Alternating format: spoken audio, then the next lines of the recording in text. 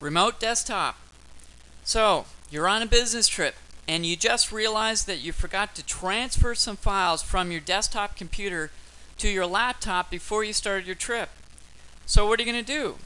Well, if you're running Windows XP on your desktop, you can remotely connect to that desktop and establish a session just like you were sitting right in front of that computer back in the office or at home, and grab any files you want, listen to your MP3s, do anything you want. It's just as if you were connected locally to that computer.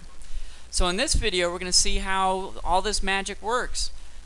We're going to see how to enable this functionality. We're going to make sure that not anybody can just connect to our computer remotely, how to secure this.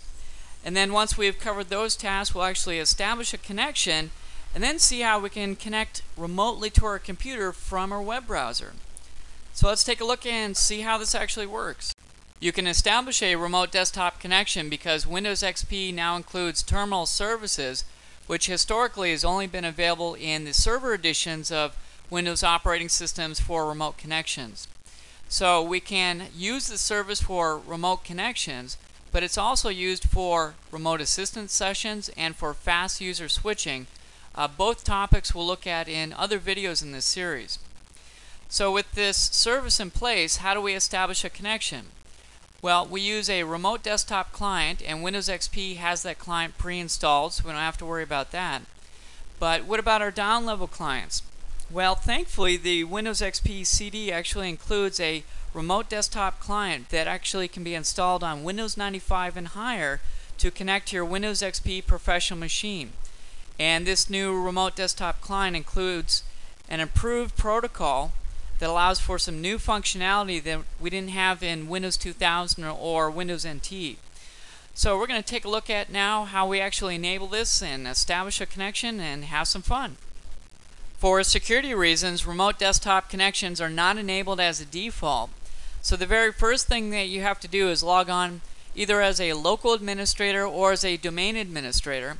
I've already done that, so the next thing we have to do now is open up the System Properties control panel, and we do that by clicking on Start, select My Computer, right-click My Computer, and then choose Properties, and that opens up the System Properties control panel, where from here we click on the Remote tab. Next we slide down to the Remote Desktop category and choose Allow Users to connect remotely to this computer, so let's do that now. And that brings up a little warning stating that any users that have a blank password will not be able to establish a remote desktop connection. And also, you're going to have to check the port on your software or your hardware firewall to make sure that the correct port is open to allow for remote desktop connections. We'll take a look at that after we've configured this. We'll click on OK. Now, the only thing that we've done right now is we've enabled remote desktop connection, but only a single user can connect at this point. As a default, any user that's a member of the administrators group can establish a remote desktop connection, and only a single connection can be made. This does not allow for simultaneous connections. So if we'd like to allow non-administrators to establish a remote desktop connection to this machine, we have to click on the Select Remote Users button and add in any local users or domain-based users to allow those users to establish a remote desktop connection. If you'll notice here, it says that the training account already has access. The reason for that is this training account is a member of the administrators group. So let's add in some non-administrators by clicking on Add. And next we have to determine where are we going to get the users from, either our local Security Accounts Manager database or from the domain. Let's choose a couple of users from our domain. We do that by clicking on Locations, find our domain, in this example nuggetlab.com, click on OK, and now we can either type in the explicit user account name or click on the Advanced button to browse for our users. So let's browse for a couple users by clicking on the Find Now button. Scroll down here a little bit. Let's grab the user account Dan, click on OK, click on OK. And to make things interesting, let's grab one more user account. So we'll click on Add, grab the user account from our domain, Nugget Lab, click on OK, browse for users, click on Find Now, Scroll down here, and how about user account Todd? Click on OK, OK. So now, in addition to the training account or any other accounts that are a member of the administrators group, Dan and Todd can now establish a remote desktop connection to this machine. So let's close out of here. And what actually happened is the Dan account and the Todd account were placed in a new built-in group that's available on Windows XP. Let's take a look at that by opening up our computer management console. And that's done by clicking on Start, select My Computer, right-click, and then choose Management. And that opens up the computer management console. Let's expand the local users and group node, select Groups, and if you notice here we have a new built-in group called Remote Desktop Users. Let's open up that, and look what we have. When we use the GUI interface, it automatically propagated the Dan account and the Todd account right into this built-in group. So another method for allowing users a remote desktop connection is simply to go into this built-in group and add them in right here. That'll do the trick too. So let's close out of here.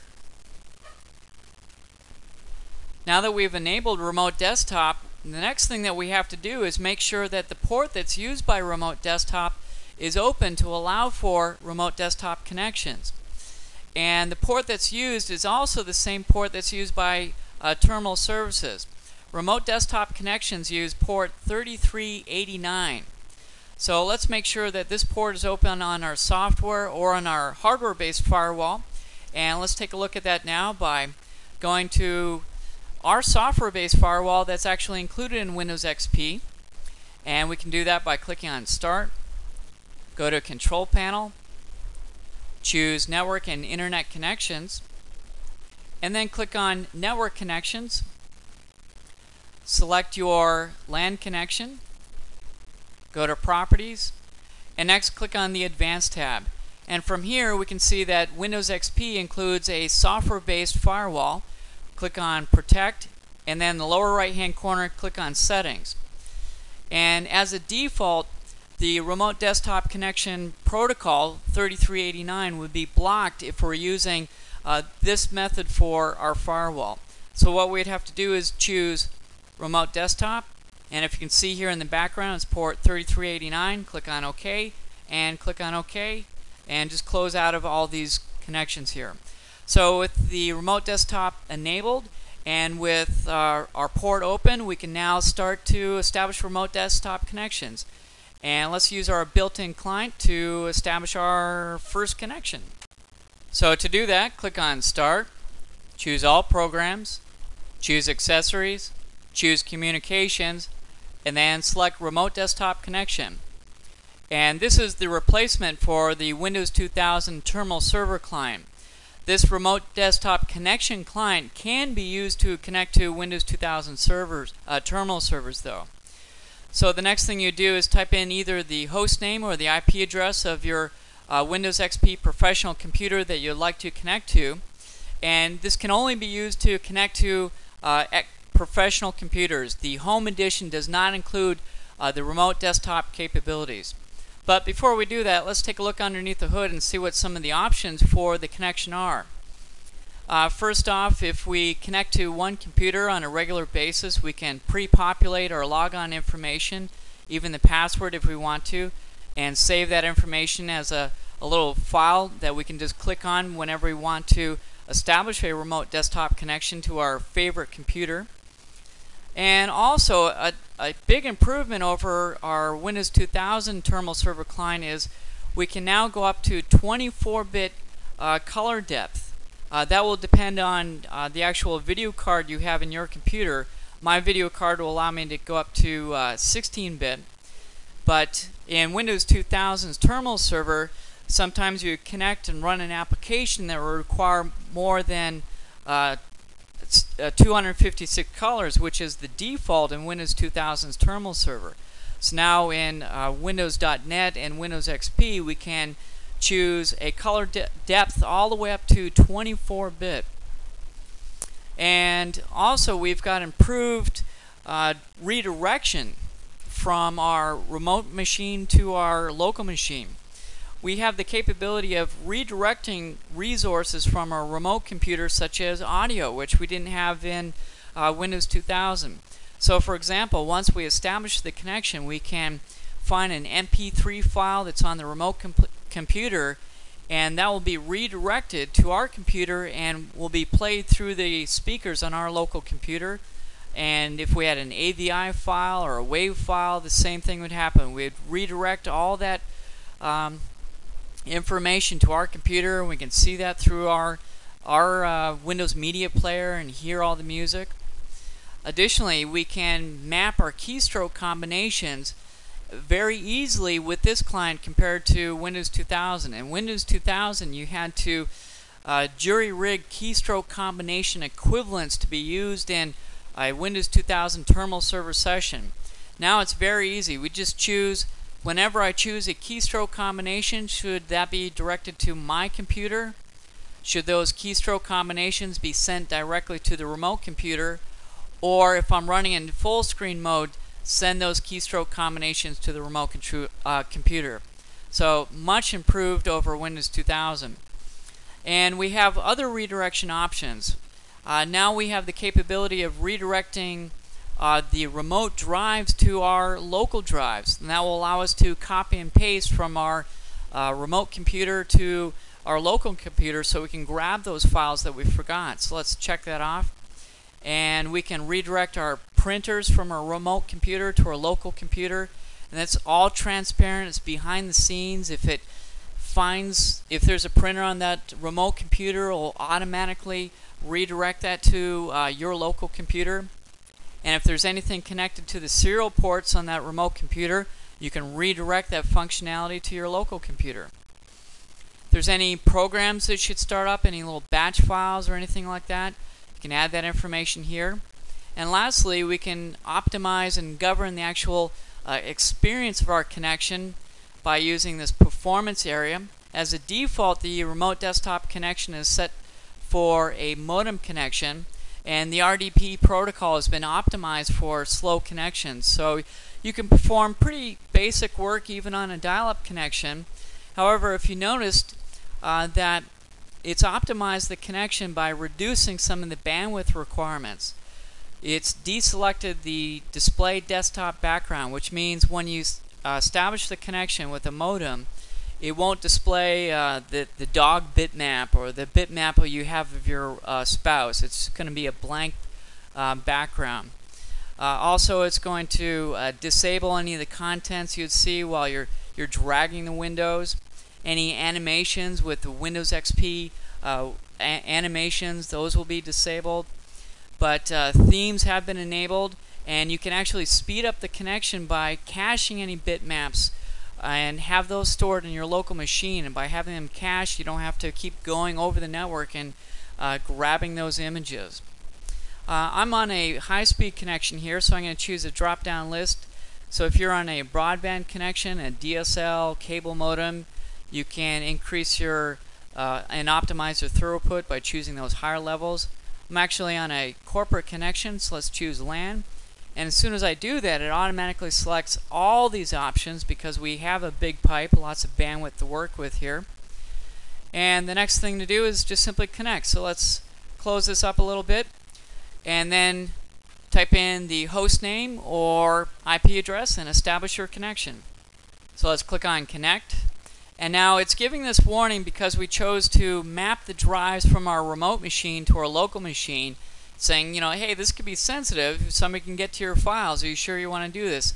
Yes, we forgot our files on our desktop machine. We want to get those. Thanks for asking me, though. And now we're typing in either the administrator accounts or the Dan or the Todd account in this example. Let's go with the administrator account.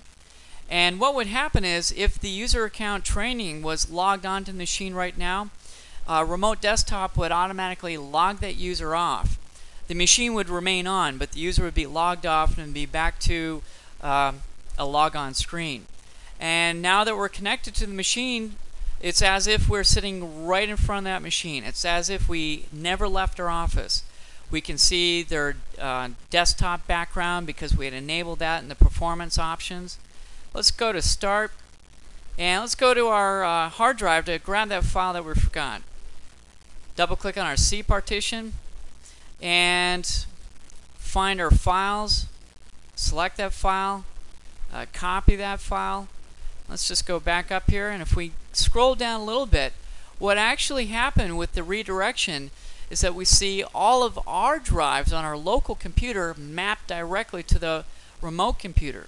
So this is actually our C drive on our local computer right now. So let's double click on that, and then we can take our file that we just copied and paste that wherever it should go. And bada bing, bada boom, you're all set and running. You can close up your laptop, go to the meeting, and do your presentation or whatever you have to do. And this is a beautiful thing, folks. You can sit here and play your MP3 files that you forgot at home. Let's just look at that real quickly. Go to My Music. Choose, where's our sample music? Find that.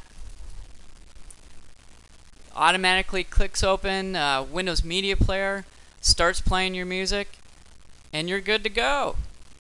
So it's just as if you had logged onto your local machine. Couldn't get much better. You just have to establish that remote connection, make sure your ports aren't blocked, and then you're off and running. Okay, you're not actually going to hear this music in the recording, but it's running. I'm now grooving to the tunes of Highway Blues. And it's going through my headphones right now. Yeah, sure, Todd, I can hear it. You got to trust me, it's working.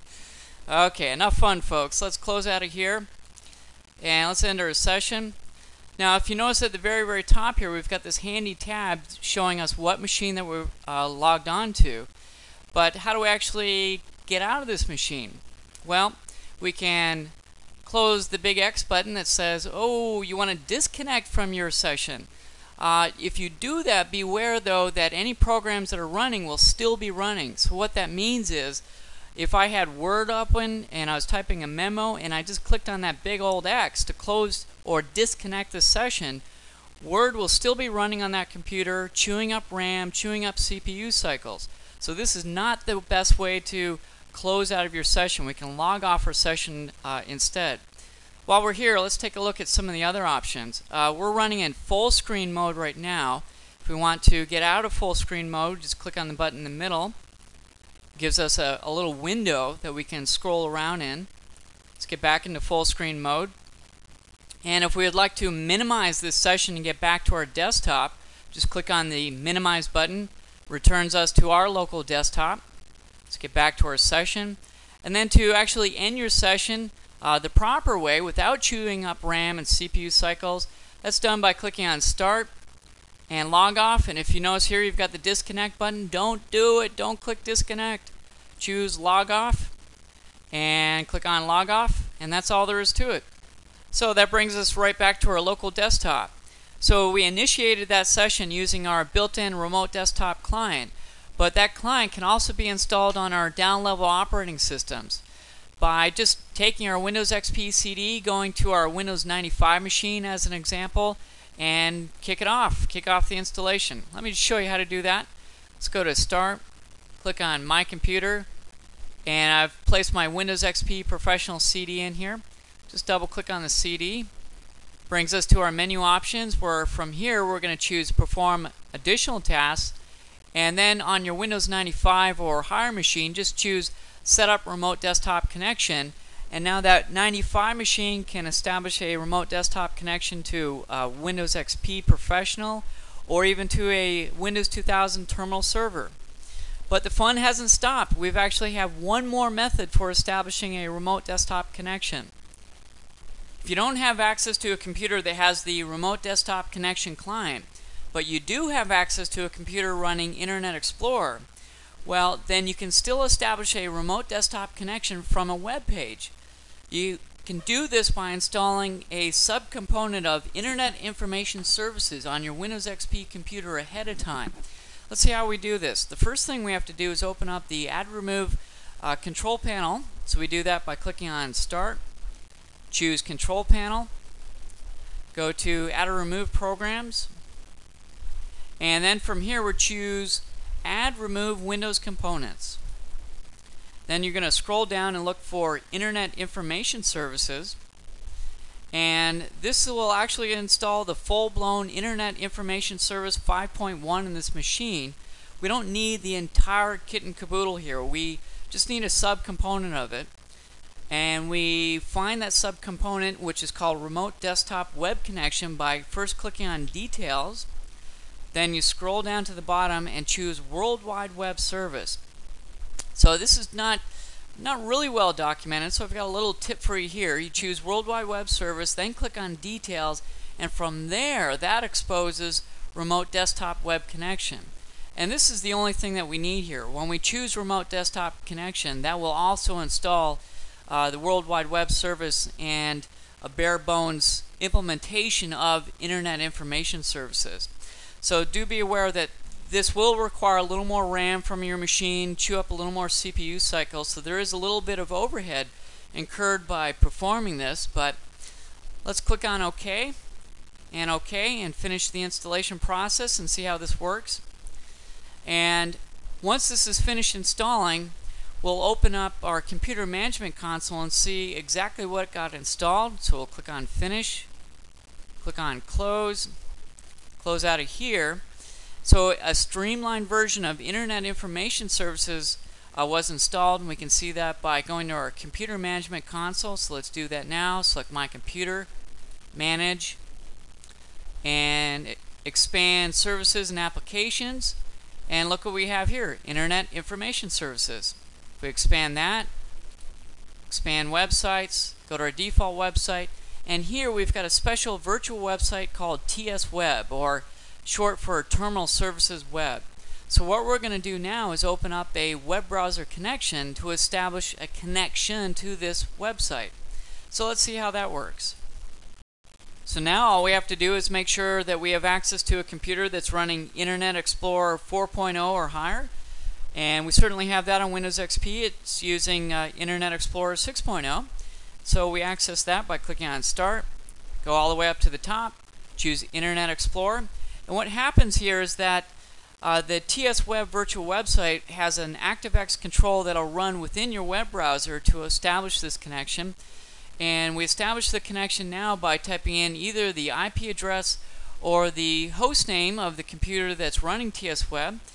So let's type in a host name of our computer, Nugget2, then /, then the actual address of the TS Web virtual website, which is just TS Web, and then you just press your Enter key, and that brings up a remote desktop web connection website. And from here we have to yet again type in the explicit IP address or host name of the actual Windows XP computer we want to connect to, and that is Nugget2. And do we want to connect with a full screen mode or some other resolution? Let's go for the gusto and choose full screen. Click on Connect. And now at this point the interface has changed to the same type of interface we saw with the remote desktop connection client. We're presented with the log on to Windows dialog box. Let's type in our username, password, and click on OK. And that's all there is to it. We're in. So now if you've got access to a web browser, you've got access to your Windows XP machine with a remote desktop connection. So let's log out of here, and that's going to return us back to our initial website, the remote desktop connection website. And that's all there is to it. Just install the bare-bone Internet Information Server with the remote desktop web connection component, and you're up and running. Well, that brings us to the end of this video, where we've learned that Windows XP includes terminal services that allows for remote desktop connections. We learned how to enable this functionality to allow administrators and non-administrators alike to be able to establish a remote desktop connection once we've determined that port 3389 has been opened on our firewall. We used Windows XP's built-in remote desktop client to establish the connection, and took a look at some of the connection settings that are available, such as high color resolutions and the ability to redirect remote hard drives to our local hard drives so we can copy and paste files. And then we finished off by looking at how we can install Internet Information Server with a remote desktop web page so we can establish a remote desktop web connection using Internet Explorer 4 or higher. I hope this has been informative for you, and I'd like to thank you for viewing.